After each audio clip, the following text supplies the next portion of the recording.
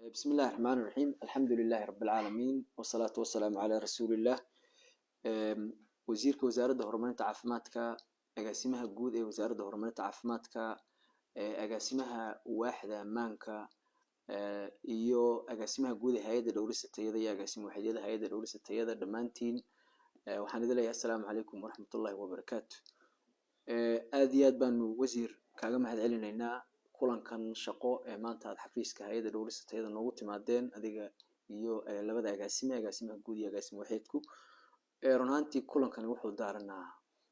maadaama oo shaybaadhkii qaranka ee hubinta dawada iyo cuntadu uu diyaar yahay lana hirgelinayo maadaama oo wasaaradda horumarinta caafimaadku ay mas'uul uga tahay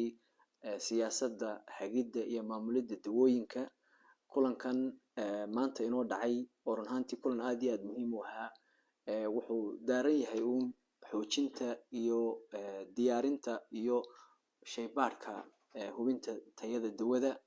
oo aynu ogsoonahay qaran ahaan in madmadow badani ku jiro baahi badanna loo qabay inaynu shaybaadhno dawada iyo agabka kala duwan ee caafimaadka waxyeelaya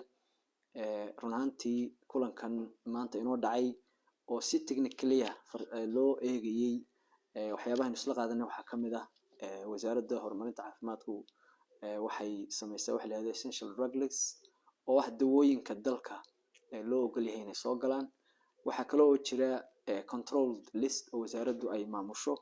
oo ah dawooyin khatar keeni kara haddii ay suuqa soo galaan ama sifo kale kusoo galaan inaynu ka wada shaqayno liisaskaas inaynu samayno ama aynu qorshayno u kuurgalidda shaybaadhka dawada iyo qaabkaynu u sameynaynay ee u hubinaynay tayada dawada dalka soo gelaysa haddii ilaahay ka dhigo waxaanu aad iyo aad idinka mahadcelinaynaa waqtiga aadna siiseen talooyinkii muxuu ahaa aadna siiseen iyo inaynu isugu soo noqonayno insha allah kulan kan ka ballaadhan oo inta aynaan bilaabin shaybaadhka hubinta tayada dawada iyo cuntada aynu ku falanqaynayno islana dhammaystirayno insha allah aad iyo aad baad mahadsantihiin assalaamu calaykum waraxmatullah بسم الله الرحمن الرحيم gudoomiyaha hay'adda dhowrista tayada agaasimaha guud ee wasaaradda horumarinta caafimaadka agaasimaha guud ee hay'adda dhowrista tayada agaasimaha waaxda maanka ee wasaaradda horumarinta caafimaadka agaasimayaasha waaxaha ee hay'adda dhowrista tayada Paul oo ah khabiirka laabka ku sugan berbera aad iyo aad baan idinku mahadnaqayaa kulankan saaka aynu isugu nimi aynu kaga arrinsanayno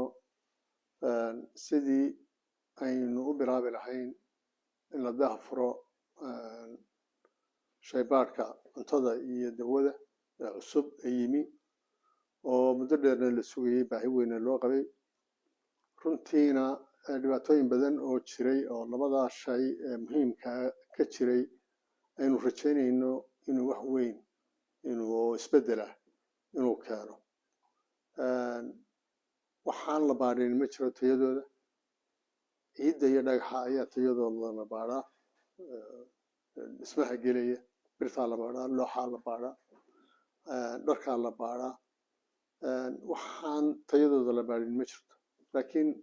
de marba wixii aad taagu heli karaysa aad markaa qaban karayso ayuunbay tahay inaad horta ku bilowdid waddankuna muddadaa dheer uu soo socday soo dhismayey maalinba taab buu riixayay maalinba tallaabo qaadayay maalinba wax cusub baa soo kordhayay maanta inaynu soo gaadhno inaynu tayada hubinno cuntada iyo dawada waa meel ilaahay wax ilaahay loogu mahadnaqaa shaybaadhkan annagoo dawaduna ay tahay xilkii wasaaradda horumarinta caafimaadka saaraa in la helo dawo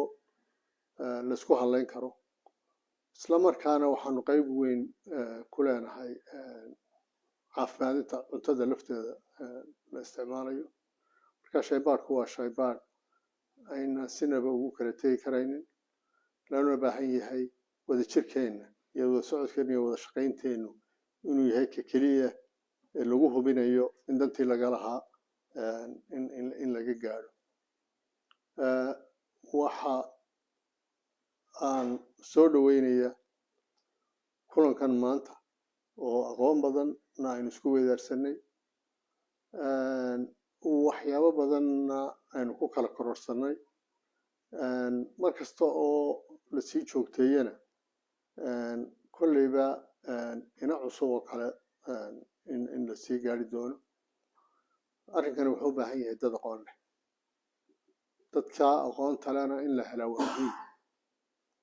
dad aqoon leh in la helo waa muhiim waxayna ka furanayaa inaan qofna odhan waa lay jeeday anaa waxaan ku leedahay waxa dadka kala keenaba waa la mid meel baan ka soo wada qaadanaa wixii murankii caynka ahaa in laga tegayo qof walba mashiinkaas wixii uu soo saaro inuu nasiibsanayo qof walba wixii mashiinkaas uu soo saarana in lagu xukumayo marka waa dhibaato jirtay oo maxaan ku leedahay in haysato inuu hortaagnayd ayuu ina ka furanayaa shaybaarkan si markaa uu horumar isaguna uu gaadho waxaa loo baahan yahay in dayactirkiisa la ilaaliyo waxaa loo baahan yahay in uu helo dhaqaale uu isku kabo oo isku wado oo ku iibsado alaabada uu wax ku baadhayo uu soo iibsanayo isla markaana weliba uu dhigaal ku samaysto waxay la tahay kolleyba wuxuu markuu bilowga yahay waxaynu ku talagelaynaa in waxa ugu yar la xisaabiyo dadka laakiin waxaa hubaala inaanay waxba iswadaynin haddii aanay ku jirin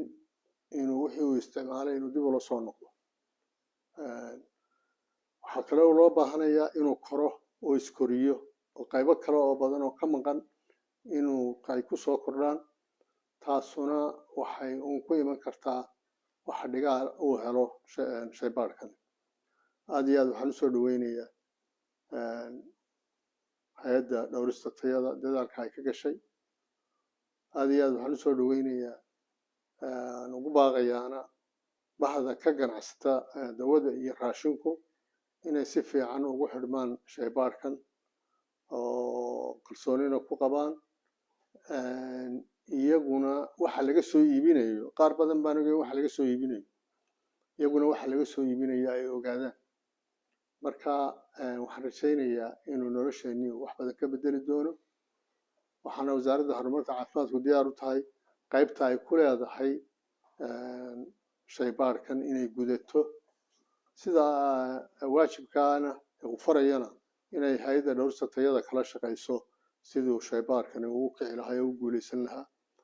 guddoomiyaha iyo shaqaalihiisa aad baan ugu mahadnaqayaa waxaana noqon doontaa shaqo aynu gacmaha isqabsanayno aynu ka wada shaqaynayno cidda annaga gaarka u ah ee u xilsaaran arrimaha kana waxay noqonaysaa ciddaa isku xidhantaan insha allahu tacaala goobjoogna waynu ahaan doonaa maalinta la daahfurayo shaybaarka cid walibana waxay kusoo kordhiso iyo sida aynu uga midaysannahay inaynu ka wada shaqaynona u sheegayna mujtamaceena iyo bulshadeena waynu u sheegaynaa asalaamu calaykum waraxmatullaahi wabarakaatu